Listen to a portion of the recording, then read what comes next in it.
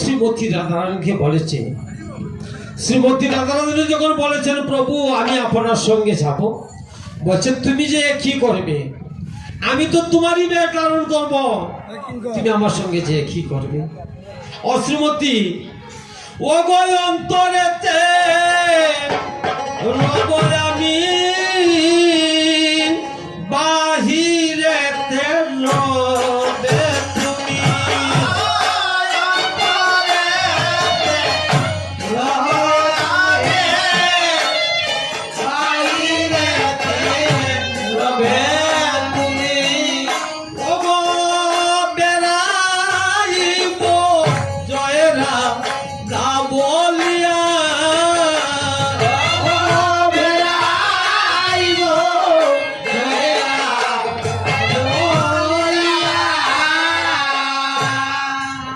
শ্রীমতী, আমি তো তোমারই বেশ ধারণ করবো, তুমি আমার সঙ্গে গিয়ে কি করবে? আমি পুরুষত্ব নারী হব।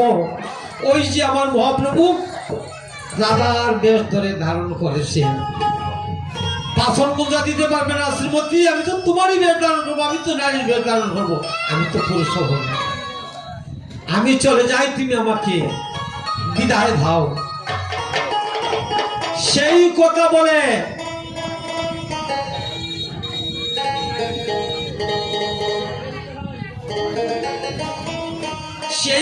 বলে যে সুসীমতা গর্ভে প্রবেশ করলেন। 1 মাস, 2 মাস, 3 মাস, 4 মাস, 5 মাস হয়েছে, 6 মাস, 7 মাস, 8 মাস, 9 মাস, 10 মাস, 11 মাস, 12টি মাস হয়েছে আমার মহাপ্রভু জন্মগ্রহণ করে নাই। কি করেছিলেন? সুভাদেবী গোবিন্দের কাছে আরাধনা করেছিলেন, এ বিপদ গুঞ্জন মধুসূদন তুমি বিপদে কান্ডারি হও। ওই আমার বৌমার জঠরের সন্তান যে গর্ভযাতনায় কষ্ট করতেছে, আমার বৌমাকে তুমি সেই গর্ভযাতনা থেকে মুক্তি দাও, তুমি মুক্তি দাও।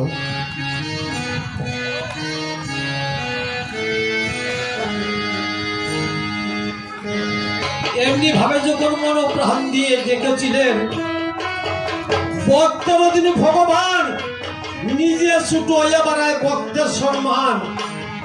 ভক্ত যদি ডাকে মনোপ্রাণ দিয়ে, ভগবান থাকতে পারে না। আমার প্রাণ গোবিন্দ বলেছে, ওরে ভক্ত, আমি সব জিনিস সইতে পারি, কিন্তু 2টা জিনিস আমি সহ্য করতে পারি না। কোন 2টা জিনিস? আমাকে নিয়ে যদি কেউ গর্ব করে, অহংকার করে, আমি তোর পহারি তোর পড়াচ্ছন্ন করে দিই। আর আমার নাম নিয়ে যে 1 ফোঁটা নয়নের জল পেলে তার কাছে আমি যাইয়া হাজির হয়ে যাই। আমি ভক্তের কান্না সহ্য করতে পারি না, আমি ভক্তের কাছে যাই। আর অহংকার যে করে, তার অহংকারটা বিচ্ছিন্ন করে দিয়ে আসি। যেমন সন্তানে কাঁদলে মা ছুটি আসে, আমার সন্তান কাঁদছে, আর গোবিন্দের নাম নিয়ে যে কাজ আমার গোবিন্দ ছুটে আসছে, আমার ভক্ত খাচ্ছে। ভক্ত আমার মাতা পিতা, ভক্ত প্রাণের হরি, ভক্তে ডানে ডুলো ধরে আর কি গোবিন্দে থাকতে পারে। হচ্ছে শ্রীমতী, আমি চাই। যখন সুভাদেবী মনপ্রাণে ডাকতে লাগলেন, আমার প্রাণ গোবিন্দ স্বপ্ন যুগে দেখা দিয়েছিলেন।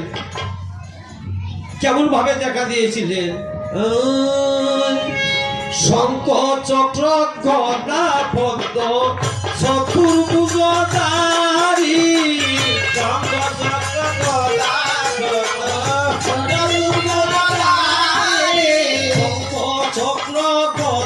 পদ্ম চতুর্ভুজধারী, শঙ্খ চক্র গদা পদ্ম